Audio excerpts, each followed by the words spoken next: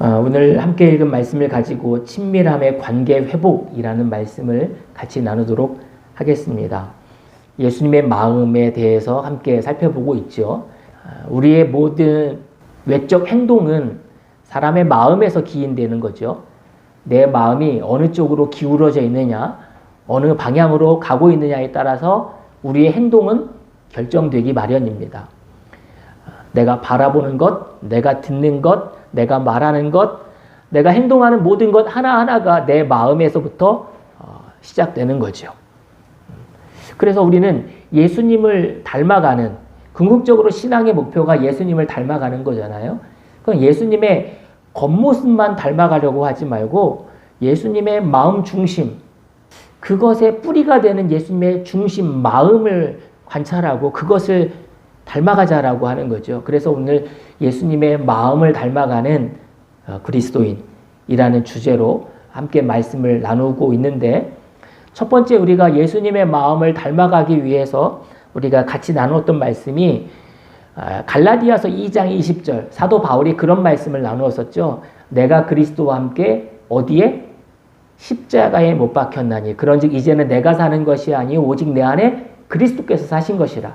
이제 내가 육체 가운데 사는 것은 나를 사랑하사 나를 위하여 자기 몸을 십자가에 버리신 하나님의 아들을 믿는 믿음 안에서 사는 것이라. 그러니까 사도 바울은 내가 사는 것은 내가 사는 게 아니라 내 안에 예수 그리스도가 사는 것이다. 나는 이미 십자가에서 예수님과 함께 십자가에서 못 박혀 죽었다. 나는 죽고 내 안에 예수가 산다. 그죠? 그런 말씀을 나누면서 우리가 예수님을 닮아가야 한다. 예수님처럼 십자가에서 죽으심. 그죠? 그런 말씀을 같이 나눈 적이 있습니다. 그래서 우리는 작은 예수가 되어서 마치 손오공의 분신술처럼, 그리고 민들레 홀씨 아시죠? 민들레 홀씨처럼 우리는 세상 곳곳에 흩어져서 떨어진 그곳에서 또 민들레로 자라가는 거예요. 우리가 머무르는 가정에서, 직장에서, 학교에서 작은 예수가 돼서 그리스도의 모습으로 살아가야 할 줄로 믿습니다. 대야와 물, 그리고 수건, 마지막 만찬 자리에서 예수님이 제자들의 발을 씻기시는 장면을 우리가 관찰하면서 예수님은 끝없이 겸손하시고 낮아지시고 섬기는 삶을 사셨다. 우리가 예수님을 닮아가자고 했을 때는 그런 삶을 닮아가자라는 이야기를 같이 나누었습니다. 그래서 예수님은 완벽하게 사랑에 중독되신 분이셨다. 우리를 향한, 세상을 향한 그런 말씀을 같이 나눈 적이 있습니다. 뿐만 아니라 예수님은 긍휼히 여기시는 분이셨다. 그죠? 나병 환자에게 기꺼이 손을 대셨어요. 이것은 예수님이 단순히 그 사람의 외적인 모습만 고쳐주시고 질병만 치료해 주시는 분이 아니라 마음의 상처까지도 근본적으로 치료해 주시는 분이심을 우리가 살펴보면서 우리가 누군가와 관계를 맺고 살아갈 때 과연 예수님처럼 그 영혼을 불쌍히 여기고 긍휼히 여기는 마음이 우리 안에 있는가를 돌아봤었죠. 그리고 지난주에 말씀처럼 듣는 마음, 솔로몬이 기도했죠. 하나님, 듣는 마음을 제게 주세요. 이 마음이 누구에게서 관찰할 수 있어요? 예수님에게서. 예수님은 분주하고 복잡한 일상 가운데서도 한적하고 홀로 있는 시간을 고집하시면서 하나님과 대화하시면서 말씀하시고 듣고 교제 나누셨어요. 우리가 예수님을 닮아가자고 했을 때 이런 부분들을 닮아가야 한다라고 같이 말씀을 나누었었죠. 그래서 하나님은 우리를 있는 그대로 사랑하세요. 그렇죠? 내 자식이 나를 닮지 않았어도 여전히 내 자식이라는 사실 자체만으로도 우리를 자식을 사랑하지 않습니까? 부모는. 그런 것처럼 하나님은 이 자식이 비록 내가 원하는 방향으로 살아가지 않는다 할지라도 우리를 사랑하십니다. 그렇죠? 그러나 원함이 있다면, 바람이 있다면 예수님처럼 변화되는 거겠죠. 우리를 있는 그대로 사랑하십니다. 그러나 하나님은 우리가 예수님처럼 되기를 원하신다는 거예요. 그래서 우리는 끊임없이 예수님처럼 살아가는 건 뭘까? 예수님을 닮아가는 건 뭘까를 기억하며 살아가야 하겠죠. 오늘 말씀을 통해서도 그런 부분들을 한번 짚어보려고 합니다. 첫 번째, 우리가 예수님을 닮아가고 예수님을 기억하며 살아가는 삶의 첫 번째 방법은 뭐냐? 머물러 있으라는 거예요. 오늘 함께 읽은 성경 말씀 1절부터 10절까지 중에 읽으면서 가장 기억에 남는 단어가 있으신가요? 가장 많이 나오는 단어들이 있었는데 그게 뭔지 아십니까? 머물러 있으라, 거하라라는 단어예요. 1절부터 14절까지 총 12번에 걸쳐서 머물러 있어라, 거하여라 라는 단어가 나와요. 이 머무르다 라는 단어는 무슨 뜻이냐면 거한다 라는 의미를 가지고 있는데 마치 가지가 원 나무에 붙어 있는 것처럼 일체죠. 어디는 가지고 어디는 줄기고 어디는 나무고 이게 구분이 사실 어려운 거예요. 그렇죠? 하나로 붙어 있기 때문에. 우리 몸이라고 했을 때 이 팔도 우리 몸 아닙니까? 그죠? 몸도 몸이고 팔이 우리 몸에 붙어 있다고 해서 너는 몸 아니야 라고 할 수 없는 것처럼 나무와 가지는 완벽하게 딱 잘라서 너는 나무, 너는 가지 이렇게 말할 수 없는 것처럼 나무와 가지는 한데 붙어 있는 거예요. 바로 머물러 있다는 것은 그런 의미를 가지고 있습니다. 오늘 성경에 그래서 이렇게 나와 있어요. 같이 한번 읽어볼게요. 시작. 내 안에 머물러 있어라. 그리하면 나도 너희 안에 머물러 있겠다. 그러니까 내 안에 머물러 있어. 그럼 나도 너희 안에 머물러 있을게. 신앙생활이라고 하는 것은 예수님 안에 머물러 있는 거예요. 그것은 예수님과 친밀한 관계를 맺고 완전히 가지가 나무에 붙어 있는 것과 같이 껌딱지처럼 예수님에게 딱 붙어 있는 거예요. 그게 바로 믿음이고 그게 바로 신앙생활이라고 하는 거죠. 당신의 종교가 뭡니까? 당신의 신앙이 뭡니까? 나는 기독교입니다 라고 말하는 정도, 그저 성경책을 들고 주일날 아침 교회에 출석하는 것으로 우리의 신앙이 규명되어지는 게 아니라 오히려 일상 속에서 주님의 말씀 안에 거하고 하나님과 함께 살아가는 삶, 그것이 바로 진정한 믿음이고 신앙이라고 하는 거죠. 예수님은 늘 하나님과 함께 머물러 계셨어요. 아침에는, 새벽에는 하나님과 함께 하다가 낮에는 하나님을 잠깐 떠나 있고 저녁에 다시 고요한 시간에 하나님을 만나서 하나님과 함께하고 그런 게 아니었었어요. 가지가 나무에 붙어 있는데 아침에는 붙었다가 점심에는 떨어져 있다가 오후에는 다시 붙었다가 밤에는 떨어져 있다가 그런가요? 그러지 않잖아요. 1년 365일 모든 순간 붙어 있잖아요. 신앙은 바로 그런 거예요. 믿음은 바로 그런 거예요. 그러나 우리는 주일날 아침 예배 시간에는 하나님 앞에 붙어 있는 것 같은데 월요일부터 토요일까지 일상 속에서는 하나님과 잠깐 거리를 두고 떨어져 있는 것처럼 생각하지 않습니까? 그러나 그건 믿음이 아닌 거죠. 그건 신앙이 아닌 거죠. 우리의 신앙은 내가 원할 때 붙어 있고 내가 원하지 않으면 떨어져 있고 그게 아니라 항상 붙어 있는 것처럼 주님 안에 머물러 있는 것, 그것이 건강한 신앙이고 믿음인 줄로 믿습니다. 우리의 신앙이 그럴 수 있기를 주님의 이름으로 축복을 드립니다. 그래서 예수님도 하나님과 그런 관계를 맺고 사셨어요. 여기 내가 아버지 안에 거하고 아버지께서 내 안에 계심을 믿으라. 너희가 내 안에 거하고 내가 너희 안에 거하는 것은 마치 내가 하나님 안에 거하고 하나님이 내 안에 거하는 것과 같다라고 말씀하세요. 혹시 그걸 못 믿겠으면 뭐라고 말씀하세요? 혹시 그걸 못 믿겠으면 그렇지 못하겠거든. 행하는 그 일로 내가 행하는 그 일, 내가 말하고 내가 선포하고 내가 행하는 모든 일들로 인하여 내가 하나님 안에 거하고 있음을 하나님과 찰싹 붙어 있음을 확인하라는 거죠. 믿으라는 거예요. 결국 이 말씀은 뭐냐면 사람이 그 행하는 모든 일을 보면 그 사람이 믿음의 수준과 믿음의 경륜을 알 수 있다는 거예요. 저 사람이 하나님과 붙어 있는 사람인지 떨어져 있는 사람인지. 우리는 전등이 불이 들어와 있으면 전기가 연결되어져 있구나를 알 수 있잖아요. 불이 나가면 스위치가 꺼져 있구나. 전기가 연결이 차단됐구나라는 것을 알 수 있지 않습니까? 그 사람이 하는 말과 그 사람이 살아가는 삶의 행동들을 보면, 행하는 그 모든 언행을 보면 그 사람이 전기가 통하고 있는지 끊어져 있는지, 하나님 안에 거하는지 하나님과 분리되어 살아가는지를 알 수 있다는 거예요.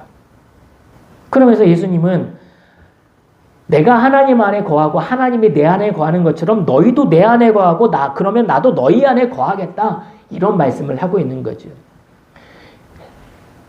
건강한 신앙생활은, 믿음 생활은 1년 365일 내가 잠을 자는 순간에도 하나님 안에 머물러 있는 거예요. 하나님과 깊은 영적 교제와 친밀함을 지켜나가는 거예요. 우리의 삶이 그럴 수 있기를 주님의 이름으로 축복을 드립니다. 그러면서 이런 말씀을 하십니다. 너희가 내 안에 거하고 내 말이 너희 안에 거하면 무엇이든지 원하는 대로 구하라. 그리하면 이루리라. 하나님 안에 거하고 하나님이 내 안에 거하는 삶에 뭐를 연결시키고 있어요? 기도를 연결시키고 있네요. 기도의 응답의 비결은 뭐예요? 하나님 안에 거하는 것이 기본 베이스예요. 내가 하나님 안에 거하지도 않으면서 뭔가 기도를 하고 있다? 응답받을 수 없는 일인 거죠. 정말 우리가 하나님 앞에 기도하고 응답을 원한다면 하나님 안에 거하는 것이 전제되어야 한다는 거예요. 그래서 마치 머물러 있어라, 내 안에 거하라 라는 말은 포도나무와 가지의 비유, 오늘 요한복음 15장은 그 유명한 포도나무의 비유 아닙니까? 예수님이 비유로 말씀하신 거예요. 그 비유의 핵심은 뭐예요? 가지가 나무에 붙어 있음과 같이 너희는 내 안에 머물러 있어라, 내 안에 거하라. 마치 내가 하나님 안에, 하나님이 내 안에 있는 것처럼 그런 말씀을 하시는 거죠. 마치 양과 목자의 관계처럼. 양이 있는 곳에 항상 누가 계세요? 목자가 있죠. 그죠? 그런 것처럼 둘은 뗄래야 뗄 수 없는 불가분의 관계인 것처럼 우리의 신앙과 믿음은 하나님과 분리될 수 없는 관계 속에서 살아가야 한다는 거예요. 예수님도 이 땅에 사시는 동안 그렇게 사셨어요. 그렇다면 우리가 예수님의 삶을 닮아가는, 본받고자 할 때 무엇이 중요해요? 그리스도와 함께, 그리스도 안에, 말씀 안에 살아가는 삶, 머물러 살아가는 삶이 중요한 거죠. 그래서 모든 시간, 모든 순간 수시로 말씀을 듣고 말씀을 경청하며 또 하나님과 교제를 나누며 살아가는 그런 삶이 중요하다는 거예요. 내가 길을 걸어가는 순간에도, 내가 운전하는 순간에도, 내가 차를 마시는 순간에도 수시로 하나님과 말씀을 나누고 듣고 기도하는 거죠. 주일날만 성경책을 폈을 때만 하나님과 뭔가 접속되어져 있는 것 같고 연결되어져 있는 것 같다가 성경책을 딱 덮고 예배가 끝나고 나면 하나님과 잠깐 간격을 두고 떨어져 살다가, 그쵸? 예배 시간에만 붙어 있는 것 같은 그런 삶이 아니라 완전히 하나로 연결되어져 있는, 뗄래야 뗄 수 없는 그런 관계가 되어야 함을 우리에게 말씀해 주고 계십니다. 우리가, 우리의 삶이, 우리의 믿음이 그런 믿음 될 수 있기를 주님의 이름으로 축복을 드립니다. 두 번째로 오늘 말씀해 보니까 건강한 믿음, 신앙생활이라고 하는 것은 바로 지키는 거예요. 무엇을 지키는 걸까요? 그리스도의 말씀을, 하나님의 말씀을 지키는 거예요. 오늘 성경 말씀에 이렇게 나와 있죠. 같이 한번 읽어봅니다. 시작. 너희가 나를 사랑하면 나의 계명을 지키리라. 그래서 제가 언젠가도 드렸던 말씀처럼 신앙은 그리스도를 믿는, 하나님을 믿는 게 아니라, 믿음은, 신앙은 예수님을 믿는 게 아니에요. 하나님을 믿는 게 아니에요. 하나님을 사랑하는 거예요. 그렇죠? 믿음의 수준을 뛰어넘는 게 어쩌면 사랑인 거죠. 사랑인 거예요. 사랑하면 계명을 지키게 되는 거죠. 사랑하지도 않으면서 계명을 지키는 것은 의무요, 형식적인, 율법적인 신앙이 되는 거죠. 나는 과연 하나님의 말씀을 지킬 때, 하나님의 말씀에 순종할 때 하나님을 사랑하기 때문에 감사함으로 순종하고 있는가, 아니면 의무적으로 하나님의 말씀을 지키고 있는가를 보면 그 사람의 믿음의 상태와 수준을 알 수 있는 거죠. 여기서 지킨다라는 말은 순종하다, 실천하다, 이행하다, 준수하다, 이런 의미를 가지고 있습니다. 그러니까 단순히 하나님의 말씀이 동의되거나 아니면 즉흥적으로 지켰다 말았다가 아니라 내가 기분 따라 어떤 때는 지키고 어떤 때는 안 지키고 아니라 지킨다는 말은 늘 항상을 의미합니다. 오늘 말씀에도 보면 이렇게 말씀하세요. 너희가 내 계명을 지키면 내 사랑 안에 머물러 있을 것이다. 그러니까 우리가 예수님 안에 머무르고 하나님 안에 거하는 그 근본적인 뿌리는 뭐냐? 하나님을 사랑하기 때문에. 하나님을 사랑하기 때문에. 사랑하기 때문에. 말씀 안에 살아가는 거예요. 우리가 예배를 드리는 것도 어떤 의무적으로 가면 오래 못 가요. 그것이 의무적으로 변하는 순간 어떤 기쁨도 어떤 감격도 어떤 놀라운 은혜도 없어요. 그러니까 예배가, 찬양이, 기도가 하나님 앞에 사랑하는 마음으로 한다면 작은 것에도 감사가 느껴지고 사소한 것에서도 은혜가 깨달아지는 거죠. 그러니까 사랑 안에 머물러 있을 때, 그리고 사랑으로 그 말씀들을 지켜나갈 때 거기서 은혜가 느껴지는 거예요. 오늘도 우리는 예배 가운데 하나님을 사랑하는 마음, 하나님을 그리워하는 마음, 이 마음이 발로가 되어서 예배하는 자들인 줄로 믿습니다. 그럴 때 기쁨이 있고 감격이 있고 은혜가 있는 거죠. 그 요한계시록에 보면 예수님이 이런 말씀을 하세요. 보라, 내가 속히 오리니. 그러니까 마지막 때 하시는 말씀이에요. 내가 속히 오리니 이 책의 예언의 말씀을 뭐하는 자가? 지키는 자가. 지키는 자가 복이 있대요. 그러니까 말씀은 사실 지난주도 말씀 다시 나누었지만 속된 표현으로 널려 있어요. 그쵸? 스마트폰 버튼 몇 개만 누르면, 터치 몇 번만 하면 성경책 어디서든 구할 수 있고, 어디서든 CCM 들을 수 있고, 은혜의 간증을 들을 수 있고, 설교 말씀을 들을 수 있어요. 중요한 거는 그 말씀을 소화해 나가는 과정인 거예요. 삶 속에서 실천해 가는 거죠. 지켜야 된다는 거예요. 그래서 신앙은 뭐예요? 생활인 거예요. 날생자, 살아갈 활력 있게. 신앙은 생명이 있는 것은, 생명이 주어져 있는 것은 움직이게 돼 있어요. 그렇죠? 활동하게 되어져 있어요. 신앙은 고정되어져 있는 생명이 없는 조각상이 아니라 살아 움직이는 그런 활동력 있는 모습으로 보여져야 한다는 거죠. 그 신앙은 생활인 거예요. 생활. 하나님의 말씀을 감사함으로 지키는 것이며 순종함으로 실천하는 것인 줄로 믿습니다. 그래서 신앙생활은 깨달아지고 울림이 있는 말씀을 가슴에서 멈추는 것이 아니라, 생각에 담아두는 것이 아니라 우리의 손과 발로, 우리의 말로 실천해 나야 하는 거죠. 그래서 우리는 요즘 매일 아침 제가 성경 말씀을 한 절씩 보내드리고 있는데, 아침에 그냥 한 절 읽어보는 것으로 멈추고 계신가요? 아니면 그 말씀을 시간 될 때마다 꺼내서 읽어보시고 또 묵상해 보시고 되짚어 보시고 곱씹어 보시고 하시나요? 어찌됐건 저는 나름 열심히 준비해서 매일 아침 말씀을 이렇게 예쁘게 만들어서 보내드리고 있어요.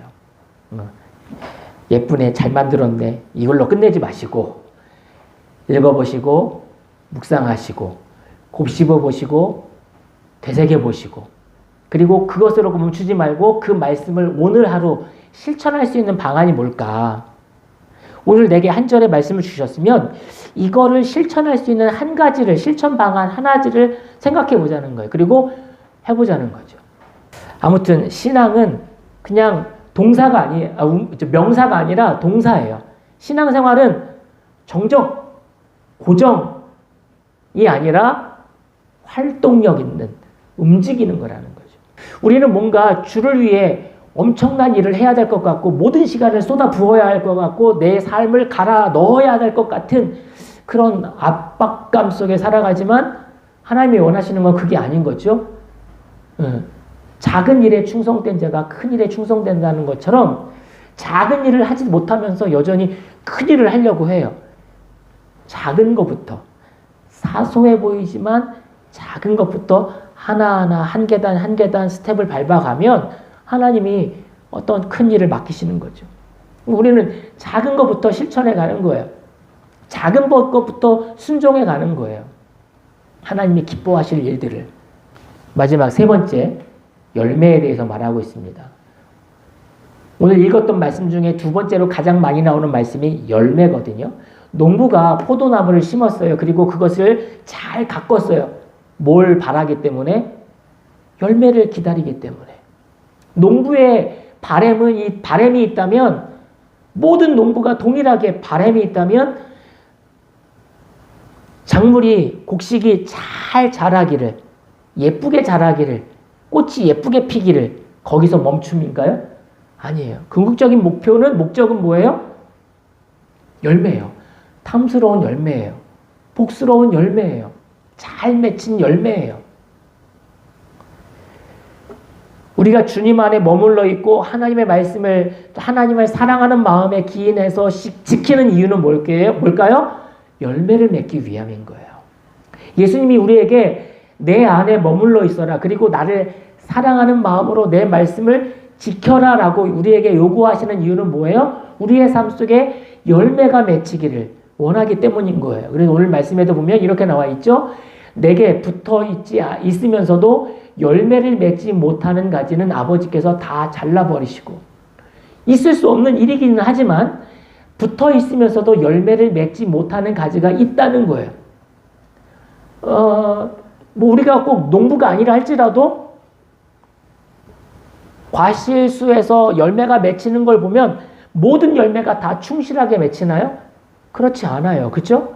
열매가 맺지 않는 가지도 있어요. 그러면 농부는 어떻게 해요? 다 잘라버리신다는 거죠. 그 농부가 누구예요? 하나님이시라. 그런데 재밌는 거는요. 그 다음 말씀이에요. 같이 한번 읽어봅시다. 시작.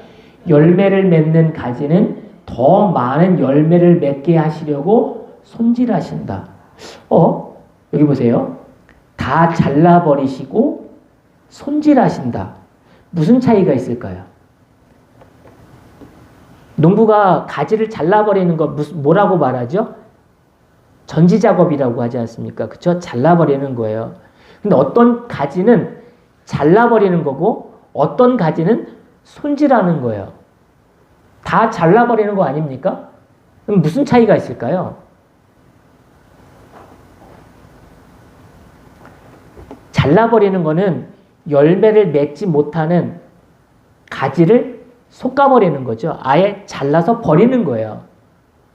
손질하는 것은 더 많은 열매가 맺히도록 다듬어 주는 거예요. 하나님의 앞에 하나님의 손에 의해서 잘라버리는 사람들이 있는가 하면 손질당하는 사람들이 있어요. 우리는 하나님 앞에 잘라버림을 당하는 자들이 아니라 손질을 받는 자들이어야 한다는 거죠.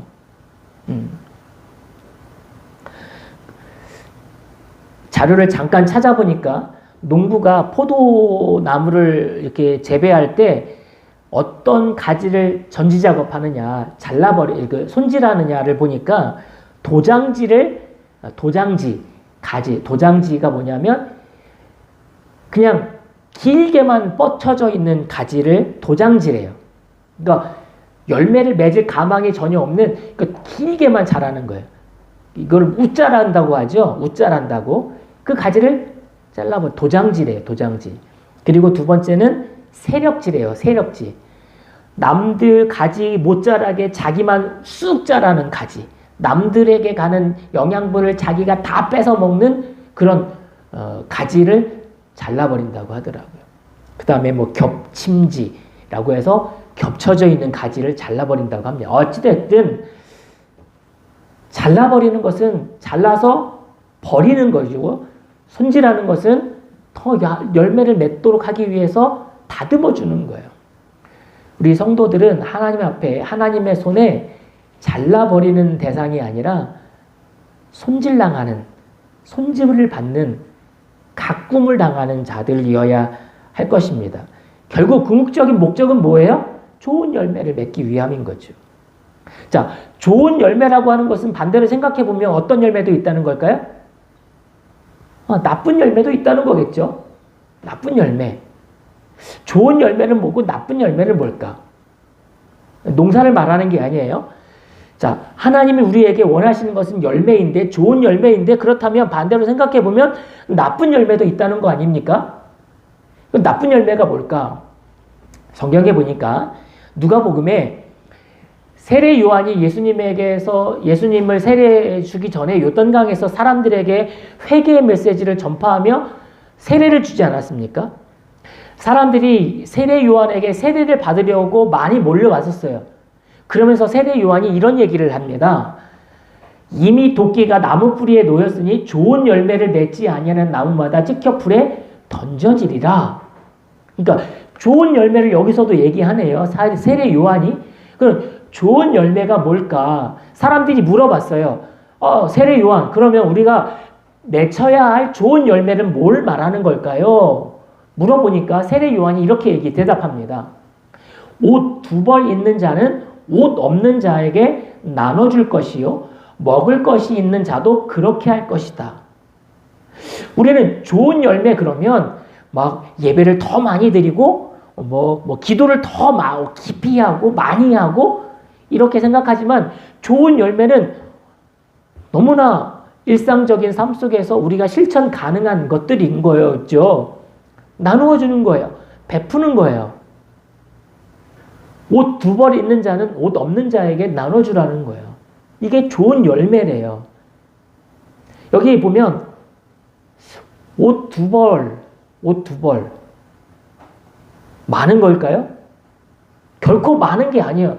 나눔은 많아서 나눠주는 게 아닌 거예요. 옷 2벌이면 어째 사실 부족해요. 그렇죠? 옷 2벌 가지고 여러분 살아갈 수 있어요? 없어요. 근데 옷 2벌 있는 자는 없는 자에게 나눠주라는. 저는 이 설교 말씀, 이 말씀 여러 번 읽었었는데도 어제 설교 말씀 준비하면서 이 말씀이 옷 2벌? 너무 부족한데? 제 옷만 해도 옷장에 여러 벌이 있잖아요. 그죠? 근데 옷 2벌 있는 자는 나눠주라? 우리는 옷 2벌이 있다 그러면 나도 부족해, 나도 없어 그러면서 더 많이 쟁여놓으려고 하지 않습니까? 근데 예수님은, 사도 요한은 우리에게 말씀을 통해서 가르쳐 줌을 주기를 옷 2벌도 충분하다는 거예요. 먹을 것이 있는 자도 그렇게 하라는 거죠. 동일하게 말씀하고 있습니다.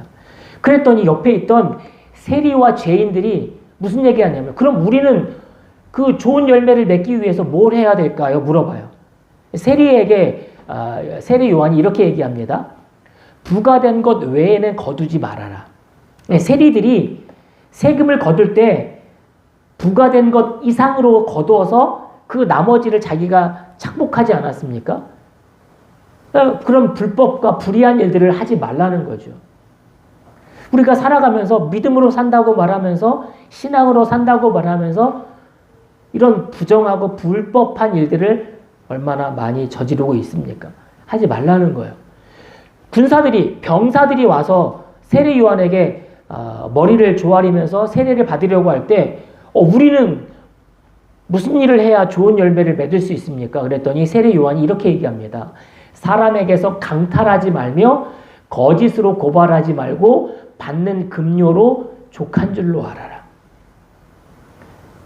자세하게 다 말씀을 나눌 수는 없지만 너무나 일상적이고 지극히 평범한 삶 속에서 누군가의 것을 착취하거나 억압하지 말고 있는 것에 감사함으로 살아가라는 거죠. 그게 바로 좋은 열매라는 거예요. 이렇게 살아가면 다 못된 열매, 나쁜 열매를 맺는 거라는 거죠. 나쁜 열매 그랬다고 해서 막 사람을 죽이고 폭력을 행사하고 이것만이 아닌 거죠.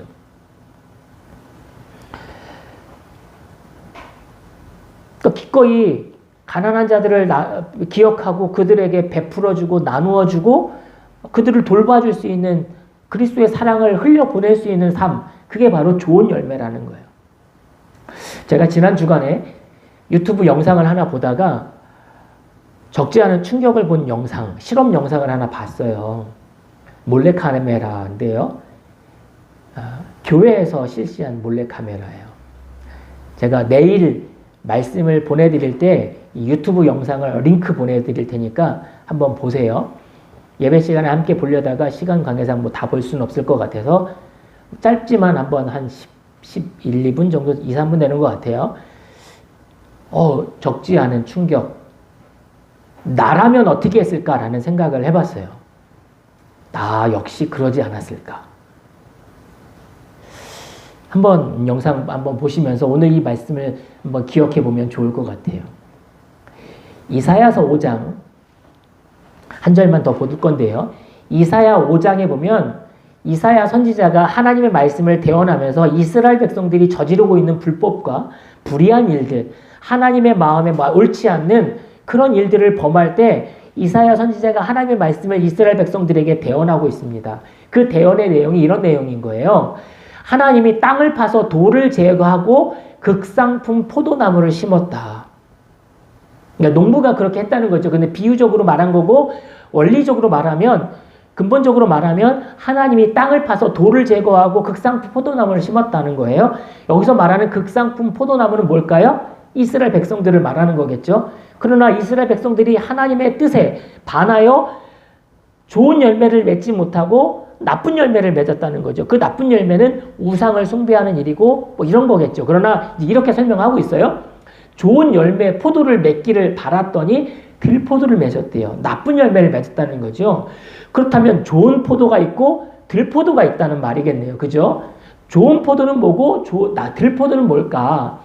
내가 좋은 포도 맺기를 기다렸거늘 들포도를 맺으면 어찌 됨이냐 하면서 이사야 선지자를 통하여 하나님이 안타까워하시고 한탄하시는 이스라엘 백성들의 삶을 보시면서 그렇게 외치고 계시는 거예요.